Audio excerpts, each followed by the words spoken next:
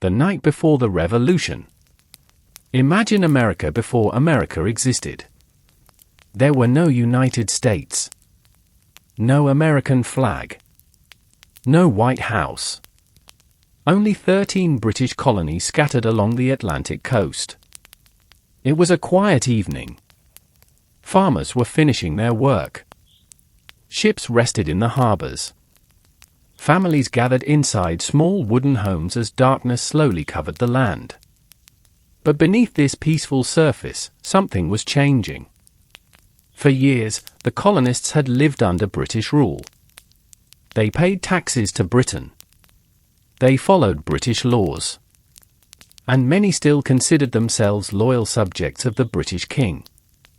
But after years of war, Britain needed money. New taxes were introduced. Many colonists believed these taxes were unfair. Their anger slowly grew. At first, it was only conversation. Then came protests. Then came riots. And eventually, people began asking a dangerous question. Should the colonies remain part of the British Empire? Or should they govern themselves? Nobody knew the answer yet. But history was already moving. And somewhere in the darkness of colonial America, the first chapter of the American Revolution was beginning. Tonight, as you listen, imagine the distant sound of footsteps on an old wooden road. The wind moving through the trees. A candle burning quietly inside a colonial home. The world is peaceful for a moment. But tomorrow, everything may begin to change. The first shots. Morning arrived quietly in Massachusetts. The roads were still. The fields were covered in the soft light of dawn. But British soldiers were already moving. Their destination was Concord. They had heard that colonial forces were storing weapons and military supplies there. The British hoped to reach the supplies before the local militia could respond. But the colonists had warning. Messengers traveled through the countryside during the night. News spread from town to town. The British soldiers were coming. As the soldiers approached Lexington, they encountered colonial militia. For a moment, nobody moved. The air was tense. Then a shot rang out. Nobody could say with certainty who fired first. But that single gunshot changed history. More shots followed. The American Revolution had begun. The British continued toward Concord. But colonial militia gathered along the roads. Farmers, workers, and ordinary citizens joined the growing resistance. By the end of the day, the British soldiers were retreating toward Boston. The road back became dangerous. Colonial fighters fired from behind trees, walls, and buildings. The conflict was no longer simply a political argument. It had become a war. And as darkness returned to Massachusetts, both sides understood something important. There would be no easy way back. The 13 colonies had taken their first step toward independence. And the long American Revolution had begun. The road to Boston. The news of Lexington and Concord traveled quickly through the colonies. People who had never considered themselves soldiers began preparing for war. Farmers left their fields. Blacksmiths worked late into the night. Messengers carried letters between towns. And thousands of men began moving toward Boston. Boston had become the center of the growing conflict. British troops were there, surrounded by thousands of colonial militia. For weeks, both sides watched each other carefully. The colonists had weapons, but they lacked the organization and training of a professional army. The British soldiers were experienced. They had fought wars across the world. Yet the colonists had one advantage. They were fighting on familiar ground. They knew the roads. They knew the countryside. They knew the hills and forests surrounding their homes.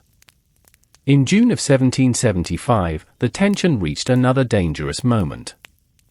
American forces occupied Breed's Hill, overlooking Boston. The British decided to attack. British soldiers moved uphill in formation. Their uniforms were bright red. Their officers shouted orders. The American defenders waited behind their defenses. As the British came closer, the colonists held their fire. They had limited ammunition. Every shot mattered. Then, at close range, they fired. The first British attack failed. A second attack followed. Again, the Americans resisted. Finally, the British attacked a third time. The colonial defenders were running low on ammunition. Eventually, they were forced to retreat. The battle became known as the Battle of Bunker Hill. Although the British captured the ground, they suffered heavy losses. The battle showed something important. The colonial forces could stand against the British army. The war would not be quickly finished. As night fell over Boston, exhausted soldiers returned to their camps. The city remained surrounded.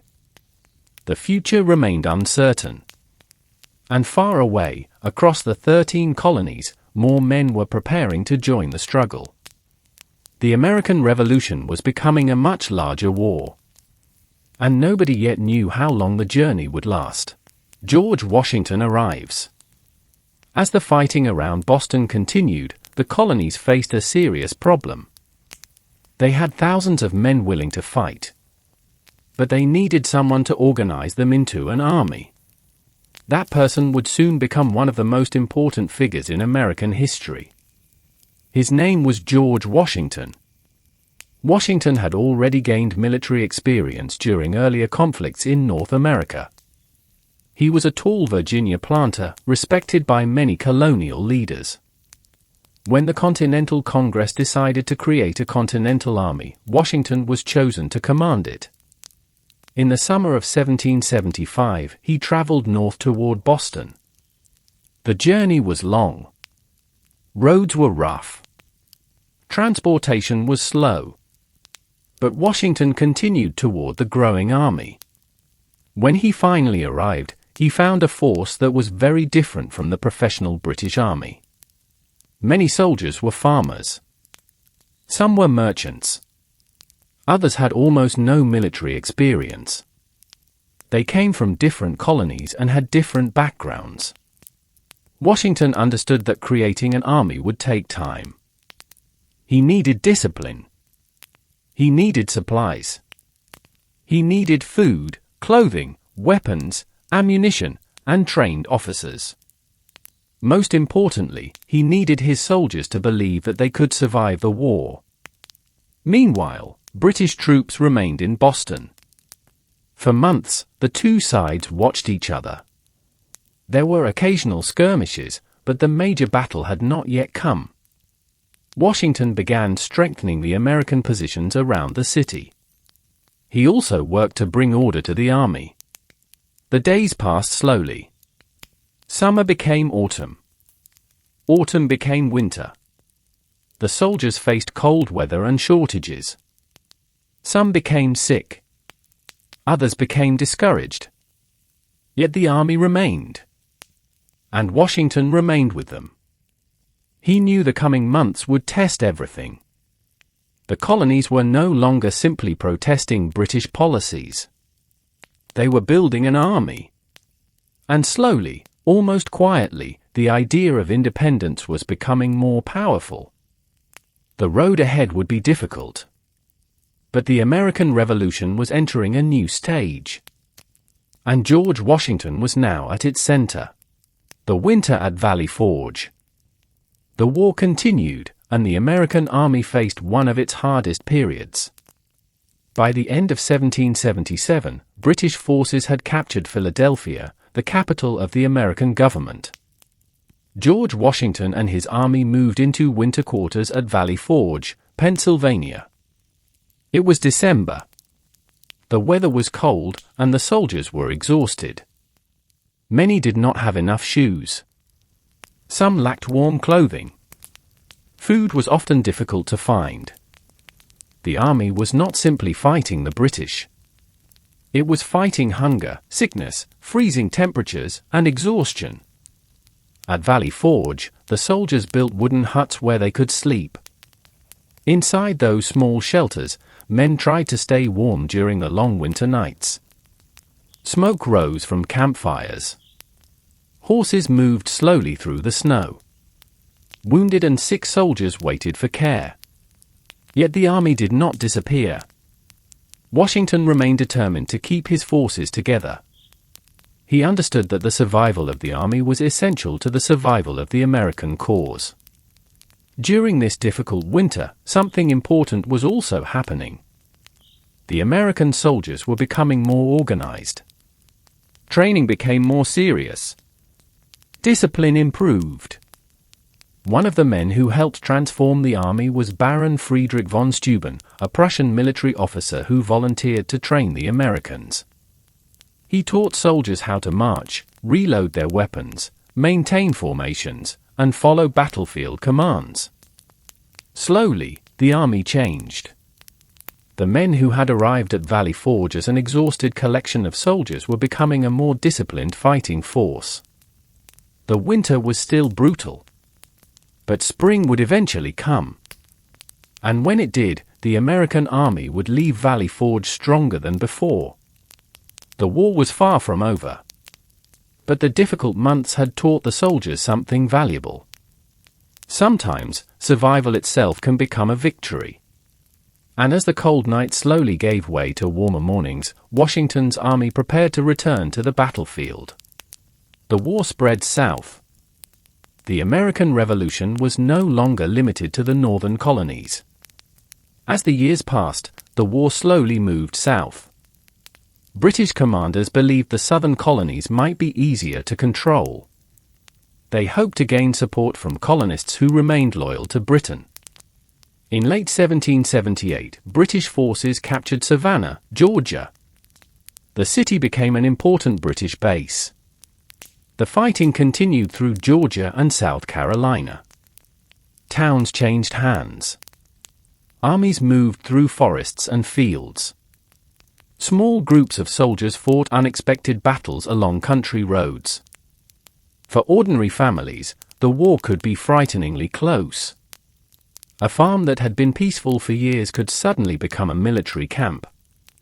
Horses and food were taken by armies. Roads became dangerous. Neighbors sometimes found themselves fighting on opposite sides. The war was not simply Americans against British soldiers. There were also American colonists who remained loyal to the British Crown. These loyalists sometimes fought against their fellow colonists. The result was a complicated and painful conflict. In 1780, British forces captured Charleston, South Carolina. It was a major victory for Britain. American forces in the South struggled to stop the British advance. But resistance continued. Local militia groups attacked British forces and loyalist units whenever they had the opportunity. The fighting was often unpredictable. Instead of enormous armies meeting on open fields, many engagements involved smaller groups moving through forests, farms, and villages. The Southern campaign became increasingly brutal. Yet the American forces slowly recovered. New commanders appeared. New battles were fought. And British control remained incomplete. The war had entered a dangerous stage. Neither side could easily win. The British controlled important cities. The Americans controlled much of the countryside. And across the Atlantic, Britain was spending enormous amounts of money maintaining the war. The struggle was becoming longer and more expensive than many had expected. But another major change was coming. America was no longer fighting Britain alone. And the next chapter of the war would bring a powerful European nation into the conflict. France was preparing to enter the American Revolution. France enters the war. By the late 1770s, the American Revolution had become much larger than the 13 colonies. The Americans needed weapons, money, ships, and military support. And across the Atlantic, France was watching carefully. France had been a long-time rival of Britain. The two nations had fought several wars against each other, including the 7 Years' War. French leaders saw an opportunity. If Britain became weaker, France could regain some of the influence it had lost. At first, France secretly supported the American cause. Weapons and supplies began making their way across the Atlantic. But after the American victory at the Battle of Saratoga in 1777, the situation changed. The victory convinced France that the Americans had a real chance of defeating Britain. In 1778, France officially entered the war on the American side. This was a major turning point. The British now faced a powerful European enemy with a large navy. French ships could challenge British control of the Atlantic. French soldiers could fight alongside American forces. And American leaders finally had an important international ally. The ocean between Europe and America became part of the battlefield. Ships traveled for weeks across the Atlantic. Supplies moved slowly. Messages could take months to arrive. Every voyage was dangerous. Storms could destroy ships. British warships could intercept them. Yet the French continued to provide support. The American Revolution had become an international war. Britain now had to divide its attention. It had to defend its American territories while also confronting France and protecting its interests around the world. For George Washington and the Continental Army, French assistance brought new hope. The Americans still faced enormous challenges. But they were no longer standing alone. As the war continued, British commanders began to understand that defeating the American rebellion would be much harder than they had imagined. The conflict had changed. What began as a dispute between Britain and 13 colonies had become a global struggle. And somewhere across the Atlantic, French ships were sailing toward a war that would eventually help decide the future of a new nation. The Battle of Yorktown. By 1781, the American Revolution had already lasted for years. The soldiers were tired. The British government was spending enormous amounts of money. And both sides understood that the war could not continue forever. In Virginia, a British army commanded by General Charles Cornwallis had established a position near the small coastal town of Yorktown. Cornwallis believed the location could be supplied by the British Navy. But the Americans and their French allies had another plan. George Washington moved his army south. French soldiers joined him. Thousands of men traveled long distances toward Virginia. The movement was carefully organized. For a time, the British did not fully understand what Washington was planning. Then the French fleet arrived.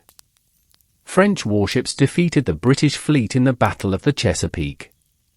This was extremely important. Cornwallis could no longer easily receive supplies or escape by sea. The American and French armies surrounded Yorktown. Slowly, trenches were built closer to the British defenses. Cannon fire echoed across the countryside. At night, soldiers continued working under the darkness. The siege became tighter.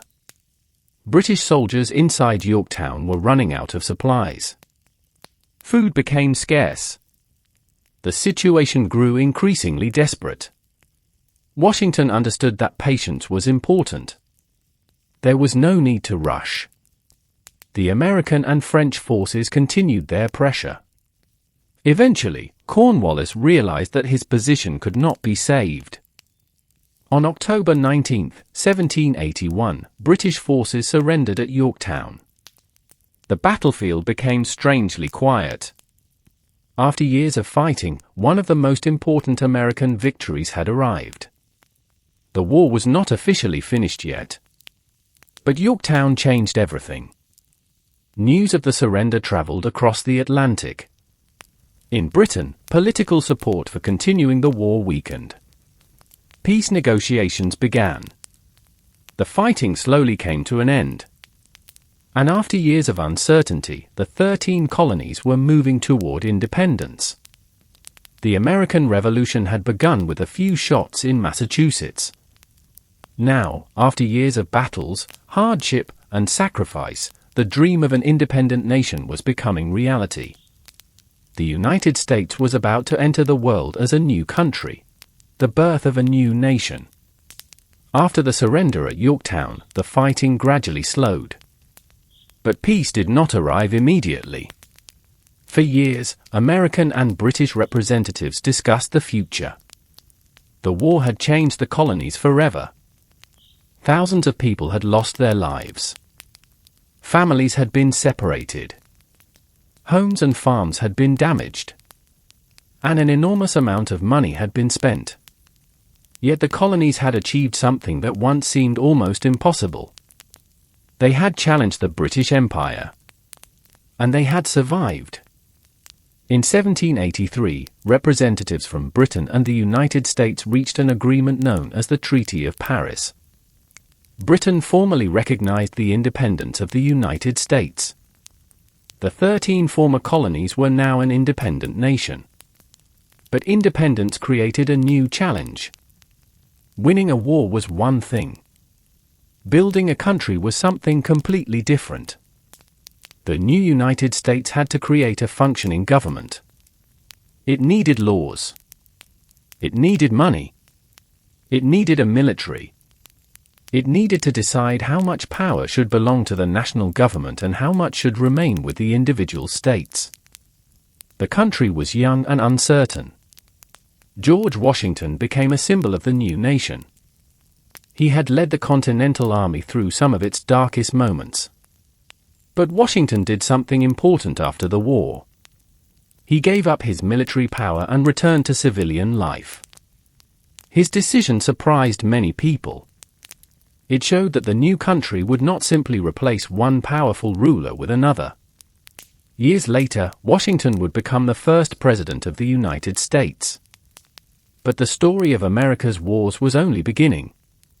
The Revolution had created a nation. That nation would soon face new challenges. There would be disagreements with Britain again. There would be conflicts with neighboring countries. Eventually, America would fight wars against itself. And more than a century later, it would become involved in conflicts that stretched across oceans and continents. For tonight, however, we can pause here. The 13 colonies are no longer colonies. The old British flags have disappeared from the new American government. A new nation stands along the Atlantic coast. Its future is uncertain. Its story is unfinished.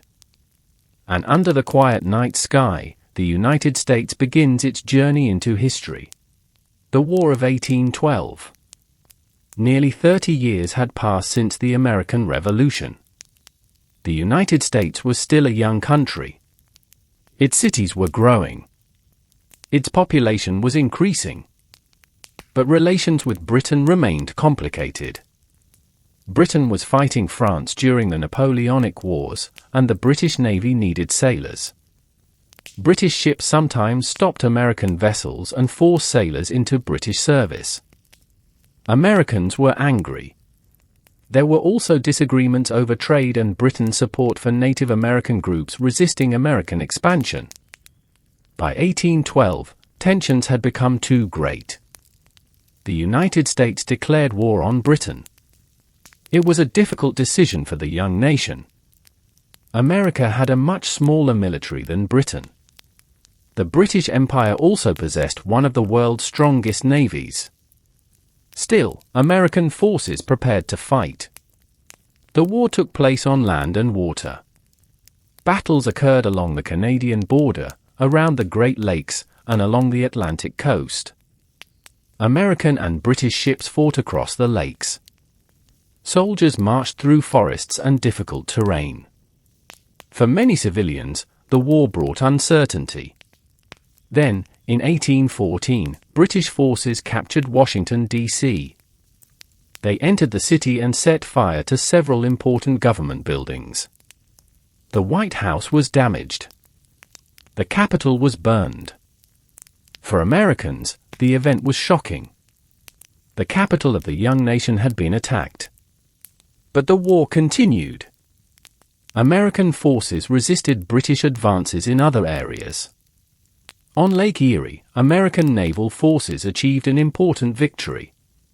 And in January 1815, American troops won a major battle at New Orleans. Interestingly, the Battle of New Orleans happened after peace negotiations had already produced an agreement in Europe, because news traveled slowly across the Atlantic. The war ended without either side gaining everything it wanted. The United States remained independent. Britain remained a powerful global empire. And America had survived another major test. The young nation was beginning to understand that independence did not mean the end of conflict. It was only the beginning of a much longer story. As the soldiers returned home and the battlefields became quiet, America continued growing. And the next major war would come from a completely different direction. This time, the conflict would be fought against Mexico. The Mexican-American War. The United States continued to grow during the 19th century. New towns appeared. Roads stretched farther west. Families moved into new territories, searching for land and opportunity. But America's expansion also created tension with Mexico. Texas had declared independence from Mexico in 1836. Nearly a decade later, in 1845, the United States annexed Texas.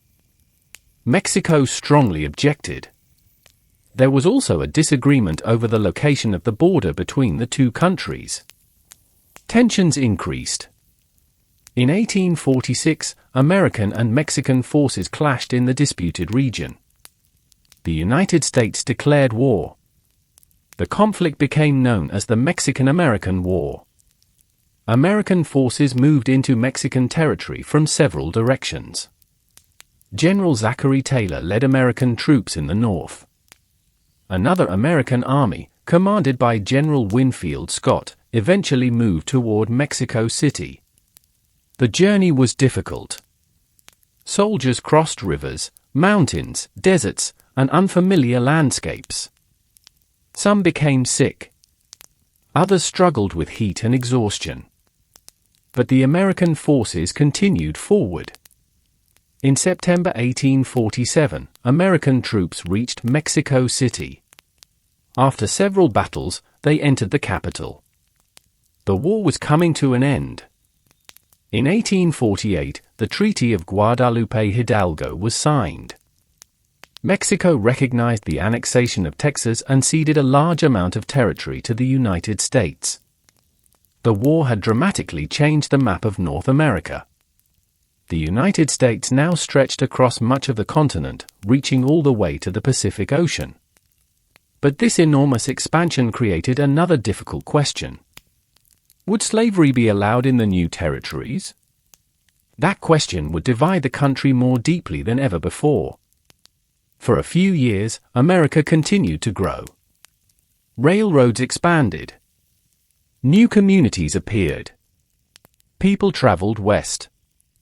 But beneath the progress, an argument was becoming impossible to ignore. The United States was growing larger. Yet the question of slavery was pulling the nation apart. And eventually, America would face its most devastating war.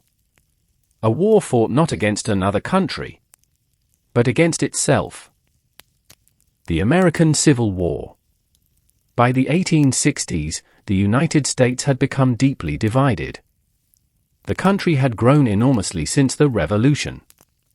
But one issue had created a political and moral crisis that could no longer be ignored. Slavery. Many southern states depended heavily on enslaved labor. In the North, opposition to the expansion of slavery was growing. Political arguments became more intense. Communities became divided. And when Abraham Lincoln was elected president in 1860, several Southern states decided to leave the Union. They formed the Confederate States of America. Lincoln and the United States government rejected secession. The crisis soon became a war. In April 1861, Confederate forces attacked Fort Sumter in South Carolina. The American Civil War had begun. Thousands of men joined armies on both sides. The country was suddenly divided. Families could find themselves separated by opposing loyalties. The war was fought across enormous distances. From Virginia to Tennessee. From Mississippi to Georgia. And eventually, far beyond. One of the earliest major battles was First Bull Run in Virginia. The fighting showed that the war would not be short or easy. Both sides prepared for a long struggle. As the months passed, enormous armies were created. Soldiers marched for miles. They slept outdoors. They crossed rivers and forests. They waited in muddy camps for orders. The technology of warfare was also changing. Railroads moved soldiers and supplies. Telegraphs allowed commanders to communicate more quickly. New weapons made battles increasingly dangerous. But the Civil War was about more than territory. The future of the Union was at stake. So was the future of slavery in America. In 1863, Lincoln issued the Emancipation Proclamation, declaring enslaved people in the rebelling states to be free. The war continued for another 2 years. There were victories and defeats. Cities were captured. Armies retreated. And thousands of soldiers never returned home. The conflict became the deadliest war in American history. But slowly, the Union gained the advantage. By 1865, Confederate forces were collapsing. General Robert E. Lee surrendered to General Ulysses South Grant at Appomattox Courthouse in Virginia. The long Civil War was ending. The United States had survived. But the country was deeply wounded. The difficult work of rebuilding America was about to begin. From a divided nation to World War I. After the Civil War, the United States entered a new era. The country had survived its greatest internal conflict. Cities were rebuilt. Railroads expanded across the continent. Factories grew larger. Millions of people moved into rapidly developing cities. America was becoming an industrial power. But the world beyond North America was also changing. By the early 20th century, European nations had built enormous armies and powerful navies. Then, in 1914, a crisis in Europe became a massive international war. World War I had begun. At first, the United States remained neutral. President Woodrow Wilson wanted America to stay out of the conflict. But the war continued for years. German submarines attacked ships in the Atlantic. American trade and shipping were increasingly affected. In 1917, the United States entered the war. American soldiers began traveling across the Atlantic. For many of them, Europe was completely unfamiliar. They arrived in France and trained alongside Allied forces. Soon, American troops were moving toward the battlefields. The fighting was unlike anything many Americans had ever imagined. Huge artillery guns fired across the landscape. Machine guns made open ground extremely dangerous. Soldiers lived in trenches surrounded by mud, rain, and constant uncertainty. Some battles lasted for weeks or months. But the arrival of large numbers of American troops helped strengthen the Allied position. By late 1918, Germany was struggling to continue the war. After years of destruction, the fighting finally stopped. On November 11, 1918, an armistice was signed. The guns became silent. American soldiers began preparing to return home. The United States had entered the war late compared with the European powers, but its participation had changed America's role in world affairs. The country was no longer simply a growing nation on the other side of the Atlantic. It had become a major global power. Yet the peace that followed World War I would not last forever. Only 2 decades later, another conflict would begin. And this time, America would face a war on a scale the world had never seen before. World War II was coming. World War II. In 1939, war erupted across Europe. Germany invaded Poland, and Britain and France declared war.